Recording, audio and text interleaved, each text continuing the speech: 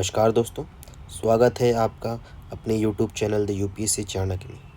आज हम बात करेंगे मणिपुर के मुख्यमंत्री के लीक हुए ऑडियो क्लिप की, जिसमें उन्होंने मणिपुर हिंसा को लेकर कथित रूप से कुछ अहम बातें की हैं। इस ऑडियो क्लिप को लेकर सुप्रीम कोर्ट ने भी सेंटर को ये कहा है कि इसकी जांच नेशनल फॉरेंसिक लैब से करवाए। यह मामला काफ़ी गंभीर हो चुका है दोस्तों। इस वीडियो को अंत तक ज़रूर देखें और अपनी राय हमें कमेंट सेक्शन में दें। अगर आप हमारे चैनल पर नए हैं तो इसे लाइक, शेयर और सब्सक्राइब ज़रूर करें और हमारा टेलीग्राम चैनल भी फॉलो करें। तो चलिए शुरू करते हैं। तो दोस्तों, आप देख सकते हैं जैसे कि सुप्रीम कोर्ट ने ये निर्देश दिए हैं सेंटर को कि वो इस ऑडियो की, जो कहा जा रहा है कि ये बीरेन्द्र सिंह की ही ऑडियो है, इसकी सेंट्रल फॉरेंसिक लैब से इसकी रिपोर्ट लाएं और इसकी जांच करवाएं इस लेबॉरेटरी से कि ये आवाज़ इनकी यानी सीएम की है या नहीं। ऐसे ही दोस्तों एक इंडिपेंडेंट अथॉरिटी है द ट्रूथ लैब, जिसने इसकी ऑलरेडी जांच करवा चुकी है और उसने कहा है कि 93% प्रोबेबिलिटी है कि ये आवाज़ मणिपुर के सीएम की ही है। तो ये ट्रूथ लैब द्वारा दोस्तों ये जांच कराई गई थी, जो कि एक नॉन गवर्नमेंट ऑर्गेनाइजेशन है। तो चलिए, जो बात है सुप्रीम कोर्ट ने की है कि ये इन्हीं की आवाज़ है या फिर कोई एआई जनरेटेड वॉइस है। तो आइए दोस्तों, अब हम मणिपुर के बारे में कुछ जान लेते हैं। दोस्तों, ये रहा मणिपुर। ये लेफ़्ट से असम, नॉर्थ से नागालैंड, साउथ से मिज़ोरम और ईस्ट की तरफ म्यांमार से घिरा हुआ है। दोस्तों, मणिपुर की ज्योग्राफी कुछ ऐसी है कि इसमें प्लेन्स और माउंटेंस हैं, जहाँ सेंटर में प्लेन इलाका है, जहाँ पे इम्फाल वैली है, और जो बाकी इलाके हैं जैसे कि ये सब माउंटेंस हैं। तो इसमें 3 तरीके की ट्राइब पाई जाती है, जैसे कि नागा, कुकीज़ और मीज़ो। तो बेसिकली ये इसी माउंटेंस और प्लेन्स में डिवाइडेड है। जैसे कि इस नॉर्थ वाले इलाके में नागाज़ रहते हैं, बाकी के ये जो इलाके हैं ये माउंटेन वाले हैं, यहाँ पे कुकीज़ मिलेंगे आपको, और मीटीज़ जो है इस प्लेन इलाके में मिलते हैं। दोस्तों, मीटीज़ की जनसंख्या जो है लगभग 51% के आसपास है, और कुकीज़ और नागा और बाकी जो ट्राइब्स है छोटी मोटी, वो सब मिला के 49% बनती है। तो दोस्तों, ये जो कॉन्फ्लिक्ट है मणिपुर वॉयलेंस का, ये इसी ट्राइबल कॉन्फ्लिक्ट से शुरू हुआ है। तो दोस्तों, कुछ ही महीने या साल पहले सेंटर ने जो फ्री मूवमेंट रिजीम है म्यांमार और इंडिया के बीच में, इसी वॉयलेंस को चलते उसे रद्द कर दी थी और काफ़ी हैवी डिप्लॉयशन की थी असम राइफल्स की इन बॉर्डर्स पे, ताकि ये जो इन्फिल्ट्रेशन हो रहे हैं म्यांमार से मणिपुर की तरफ, जिसकी वजह से डेमोग्राफिक चेंजेस भी आ रहे हैं और इंस्टेबिलिटी भी बढ़ रही है।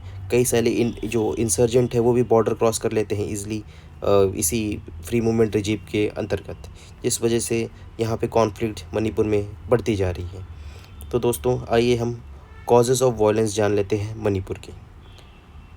दोस्तों, सबसे पहला कॉज ऑफ वायलेंस है एथनिक टेंशन, जो कि मीटी और कुकी जो कम्युनिटी है जो कि यहीं रहती है मणिपुर में।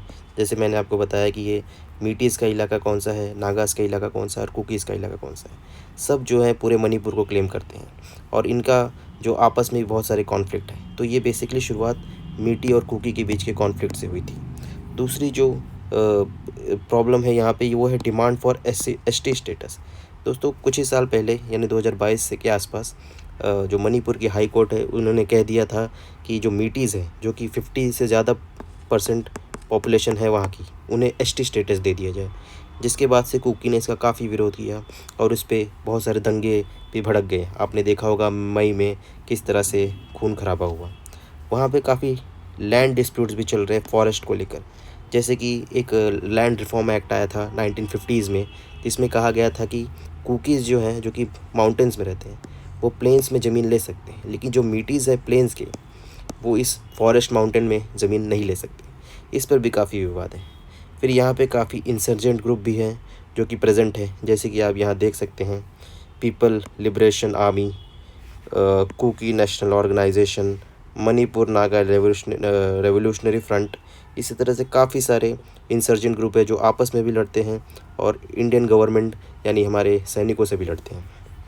उसके बाद काफ़ी नेक्सस भी पाया जाता है पॉलिटिशियंस का, इंसर्जेंट ग्रुप का और बिजनेसमैन का, माफियाज़ का, जिससे गवर्नेंस इशू में दिक्कत हुई। दोस्तों, यहाँ पे ड्रग्स ट्रेड और इलीगल पॉपी कल्टीवेशन भी किया जाता है इन्हीं इंसर्जेंट ग्रुप द्वारा, क्योंकि मणिपुर गोल्डन ट्रायंगल का एक हिस्सा है, मतलब काफ़ी करीब है गोल्डन ट्रायंगल के, इसलिए यहाँ पे ड्रग ट्रेड, ड्रग से रिलेटेड चीज़ें, माफियाज़ द्वारा इलीगल चीज़ें बहुत की जाती हैं। यहाँ पे दोस्तों डेमोग्राफिक चेंज और माइग्रेशन भी काफ़ी हुआ है, खासकर म्यांमार की तरफ से। मीटीज़ का कहना है कि कुकीज़ की पॉपुलेशन जो कि 1950s में 1% के आसपास थी, अब वो 100% से इंक्रीज़ हो गई है। तो यहाँ पे ऐसा कहना है कि म्यांमार से जो चिन कुकीज़ हैं, जो कि म्यांमार की पॉपुलेशन के ट्राइब्स हैं, वो भी कुकी पॉपुलेशन बन के मणिपुर में एंटर कर रहे हैं। तो यहाँ पे डेमोग्राफिक और माइग्रेशन भी हो रहे हैं, काफ़ी डेमोग्राफिक चेंजेस भी आ रहे हैं। फिर सोशल मीडिया पे जो मिस इन्फॉर्मेशन और डिस इन्फॉर्मेशन फैलाई जा रही है, ये भी एक कारण है मणिपुर वॉयलेंस का। फिर क्योंकि मणिपुर एक बहुत ही आइसोलेटेड जगह पे है, वहाँ पे इस वजह से इकोनॉमिक डिस्पैरिटीज़ बहुत है, वहाँ पे कोई इंडस्ट्रीज़ नहीं है, जॉब नहीं है, जिस वजह से वहाँ के यूथ इन्फिल्ट्रेशन और इसी तरह से इंसर्जेंसी में चले जाते हैं। वहाँ पे दोस्तों लॉ एंड ऑर्डर का भी ब्रेकडाउन हो जाता है। तो ये सारे कारण हैं मणिपुर वॉयलेंस को लेकर। आइए दोस्तों अब हम जान लेते हैं कि क्या सोल्यूशन हो सकता है इसके रिलेटेड। Amicable solution. तो सबसे पहला सोल्यूशन है कि ये आपस में जो ट्राइब्स हैं, ये कोई पीस टॉक करें या कोई डायलॉग करें, क्योंकि आपस में ही बैठकर सुलझाना इस मामले को सबसे सही होगा। दूसरी सही चीज़ है कि एक इम्पार्शियल गवर्नेंस हो, जिसमें जो ऐसा एक व्यक्ति हो, कोई सीएम हो, जो सबके बारे में सोचे और सबकी ग्रीवेंसेस को एक तरीके से सॉल्व करे। दूसरी चीज़ है दोस्तों स्ट्रिक्ट लॉ इन्फोर्समेंट, ताकि वॉयलेंस का कंट्रोल किया जा सके।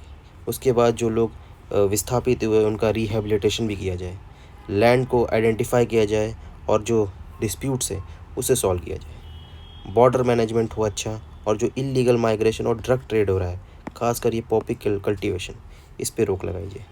इकोनॉमिक डेवलपमेंट प्रोग्राम शुरू किए जाए, अवेयरनेस कैंपेन शुरू किया जाए और एनजीओ और सिविल सोसाइटी की भी इसमें हेल्प ली जाए। और लॉन्ग टर्म पॉलिटिकल सोल्यूशन जैसे कि कोई पीस एग्रीमेंट, इस तरीके की चीज़ ही यहाँ पे कोई सोल्यूशन ला सकती है। और जो बॉर्डर है उसका भी अच्छा मैनेजमेंट हो, फेंसिंग की जाए, जो कि शुरुआत हो गई है बॉर्डर पे। इस सब से दोस्तों इसका सोल्यूशन निकल सकता है। तो दोस्तों यह था मणिपुर के लीक हुए ऑडियो से जुड़ा पूरा मामला। अब देखना होगा कि नेशनल फॉरेंसिक लैब की जांच में इस ऑडियो की सच्चाई क्या निकल कर आती है और इसके आगे क्या प्रभाव होते हैं। यह मामला न सिर्फ राजनीतिक रूप से गंभीर है, बल्कि कानूनी रूप से भी काफ़ी अहम है। आपका इस मुद्दे पर क्या कहना है हमें कमेंट सेक्शन में ज़रूर बताएं, और अगर आप हमारे चैनल पर नए हैं तो इसे लाइक, शेयर और सब्सक्राइब ज़रूर करें, और हमारे टेलीग्राम चैनल को भी ज़रूर फॉलो करें। फिर मिलते हैं एक नई वीडियो में, तब तक के लिए जय हिंद, धन्यवाद।